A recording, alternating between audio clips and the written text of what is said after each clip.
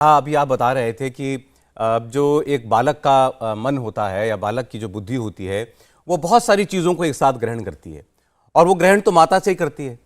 तो प्रधानमंत्री ने ये बताया कि उन्होंने अपनी माँ से, हीराबा से क्या कुछ सीखा और आज जब वो अपने काम में उन चीज़ों को करते हुए दिखाते हैं तो उसमें वो छाप साफ साफ दिखाई देती है। तो जब उन्होंने बताया कि मेरी माँ की आयुर्वेद में कितनी रुचि थी, मेरी माँ को कितने घरेलू नुस्खों नुस्खों के बारे में पता था, तो आज जब हमें इस सरकार की रुचि के बारे में पता लगता है, ये आयुर्वेद में कितनी रुचि लेते हैं, ये हमारी ट्रेडिशनल जो आयुष थेरेपीज है। मंत्रालय बना। जी हाँ, और आयुष मंत्रालय देश बनाया। के इतिहास का पहला प्रधानमंत्री है 75 वर्षों का सौरभ भाई, कि जो आयुर्वेद को खड़े होकर के गौरव के साथ कहता है। पूरा एक गैंग है जो मोदी जी को पसंद नहीं करता। वो कहते हैं ये तो आयुर्वेद को प्रोपेगेट कर रहे हैं, ये तो योग को प्रोपेगेट कर रहे हैं, ये तो सनातन संस्कृति को प्रोपेगेट कर रहे हैं। यद्यपि वो बेचारे मतलब उनको की सुनता कोई नहीं है, लेकिन ईर्ष्या द्वेष से जो धधक रहे हैं वो सब इस बात को लेकर के काफी उद्विग्न रहते हैं कि मोदी जी, मैंने कहा ना कि उनके खड़े होने से आयुर्वेद गौरवान्वित होता है, उनके खड़े होने से योग गौरवान्वित होता है। ये मैं तो कहूंगा कि मोदी जी के का जो जीवन का बीज है, एक बीज होता है, मैं कहता हूं life is like a seed, और एक होता है विराट वृक्ष। तो बीज सारे के सारे योग के, आयुर्वेद के, सनातन संस्कृति के। मैंने भोर में एक और बात कही थी कि दलित, शोषित, वंचित, पिछड़े, अंतिम पंक्ति में खड़े हुए व्यक्ति, अंत्योदय का जो संकल्प है, यद्यपि श्यामा प्रसाद मुखर्जी से लेकर के और जो भी बीजेपी के जो महान विद्वान संस्थापक हुए, गंगा प्रसाद जो है उपाध्याय जी, जो भी नाम है, तो उन सब के एक तरफ वो जो बीजेपी की एक ट्रेडिशनल जो आइडियोलॉजी थी, उसमें जो अंत्योदय का जो संकल्प है वो मोदी जी को वहां से मिला। तो मैं कहूंगा मोदी जी का जो भी व्यक्तित्व है उसके बीज श्रद्धामयी हमारी हीराबा ने डाले। और इसलिए जितना हम मोदी जी को हम एक आदर्श पुरुष मानते हैं, एक राष्ट्र पुरुष मानते हैं, एक राष्ट्र ऋषि मानते हैं, मुझे तो मोदी जी से भी ज्यादा बड़ी महिमा पूज्या हीराबेन मां की लगती है।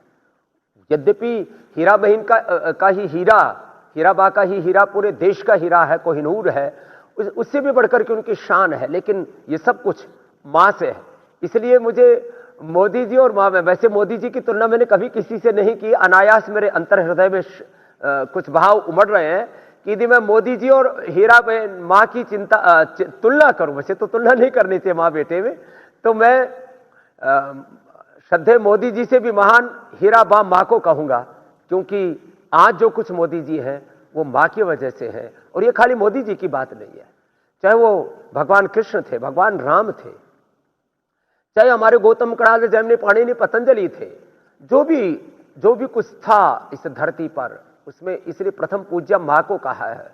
तो मां का के संकल्पों का परिणाम, मां के जो है निर्मिति का परिणाम वो मोदी जी है। और ये सबको अपने जीवन में ऐसे मां के प्रति धन्यता और कृतज्ञता का अनुभव करना चाहिए सौरभ भाई।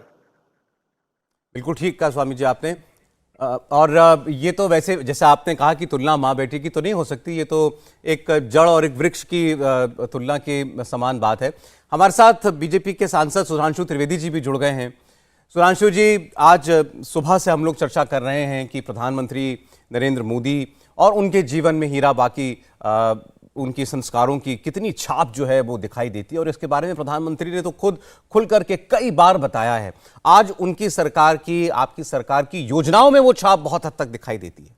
चाहे प्रधानमंत्री ने जब बताया हो कि उनकी माँ के ये संस्कार थे, उनके घर में ये संस्कार उन्होंने देखे कि घर से साधु कभी भूखा ना जाए, और घर के सामने अगर कोई गरीब मजदूर काम कर रहा हो, अगर कोई दलित भाई काम कर रहा हो, साफ सफाई का काम चल रहा हो, तो वो कभी भूखा ना जाए, वो कभी प्रसाद पाए बगैर ना जाए। तो वो सारी चीजें भी, उनका भी समावेश दिखाई देता है, ये सरकार के कार्यक्रमों में रहे, इसको भी प्रधानमंत्री ने सुनिश्चित किया।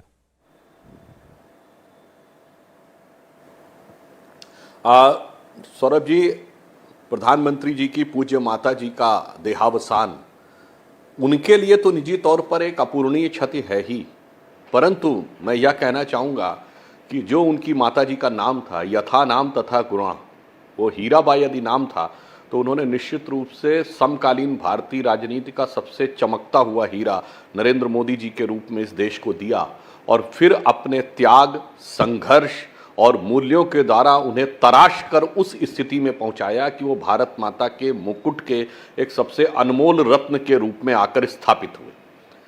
अब हम सभी जानते हैं, जैसा स्वामी जी इससे पूर्व ही कह रहे थे, कि सबसे पहले गुरु तो माँ ही होती है। इवन पिता कब सिखाना शुरू करता है? जन्म के बाद ही कुछ बता सकता है। गुरु कब सिखाना शुरू करता है? जब आप विद्यालय जाते हैं दीक्षा लेके। परंतु माँ की शिक्षा तो गर्भ से ही प्रारंभ हो जाती है और अब तो विज्ञान भी यह बात मानने लगा कि 8वें महीने के बाद माता की थिंकिंग का प्रभाव बच्चे के ब्रेन के डेवलपमेंट के प्रोसेस में पड़ने लगता है। तो आप समझिए वो शिक्षाएं आने लगती। तो मैं मानता हूं कि मोदी जी के व्यक्तित्व में, कृतित्व में, जन जन के प्रति, समाज के वंचित व्यक्ति से लेकर भारत के गौरव तक के जितने भी तत्व दिखाई पड़ते हैं, कहीं ना कहीं उसकी प्रेरणा उनकी माँ से ही मिली होगी। मुझे एक घटना याद आती है, सौरभ जी याद करिए, प्रधानमंत्री बनने के बाद जब पहली बार अपने जन्मदिन पर आशीर्वाद लेने गए थे 2014 में प्रधानमंत्री जी, तो उनकी माता जी ने उन्हें क्या भेंट किया था? याद करिए, उन्होंने रामचरितमानस भेंट किया था। अर्थात रामचरितमानस भारतीय संस्कृति के सर्वश्रेष्ठ मूल्यों के प्रतीक भगवान राम का वह चरित्र गान जो कहते हैं रामचरितमानस, जिसे राम के चरित्र को मन में धारण करिए।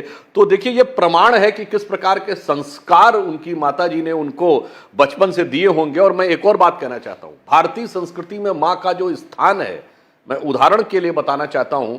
मनुस्मृति के 2वें अध्याय में कहा गया है कि उपाध्याय दशेन आचार्येण शतम